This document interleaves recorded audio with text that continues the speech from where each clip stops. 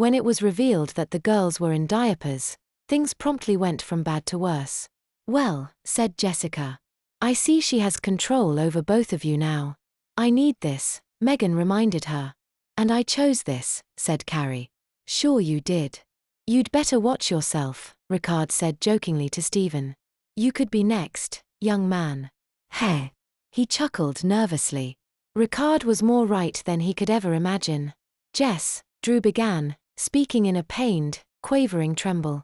"If you are going to stay, then sit down and be quiet for Chris' sakes." She merely laughed.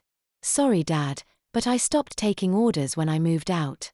"Come on, Ricard. Let's sojourn to someplace more palatable." Ida pressed her hands to her ears. "Enough fighting, please." "Very well," said Jess, sitting back down. "We'll stay, for your sake, Nana." They ate in an uneasy silence. No one wanted to draw first blood. No one wanted to light the spark that would cause them all to be consumed by flame. No one dared laugh nor cry nor venture to be themselves. With nothing to say, they ate. And they ate well. "Meat came out well," Glenn remarked. "Thanks, Dad," said Drew. It was what he'd been waiting to hear. "Megan," said Jess. "A word with you." "Sure," she replied as her sister drew her aside. "This whole thing with the diapers. It was originally your idea, correct?" "Yup," Megan answered. "But you said you need them." "That's right. And where is Mom in all of this?" "She changes me," Megan told her. "Ah. I like the attention. Carrie does too." "You, what?" "Look, Jess. Mom and Dad are not horrible parents. Get over it." "I concede that they are not the Antichrist," Jessica replied. "But you have no idea how many times they blocked the path to my happiness.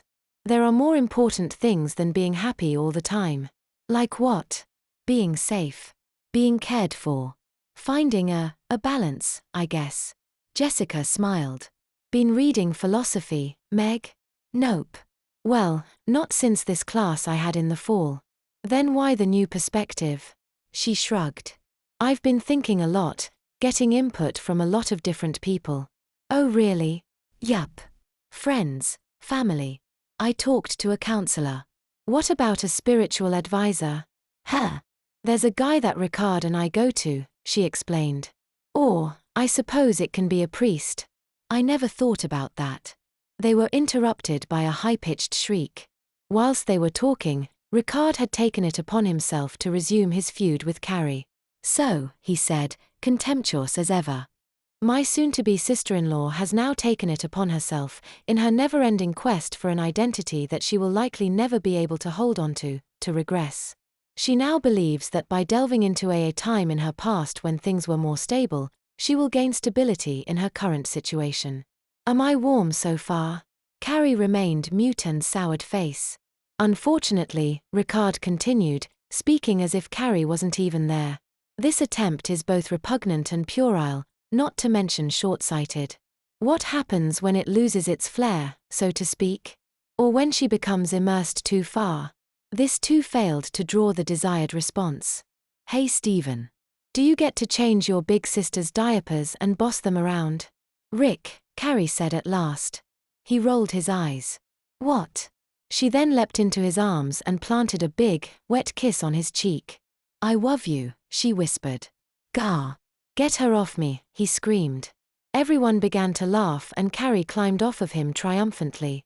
"That was great," Megan told her later. "Thanks," Carrie answered. "I had to use a lot of mouthwash later, but it was worth it, don't you think?"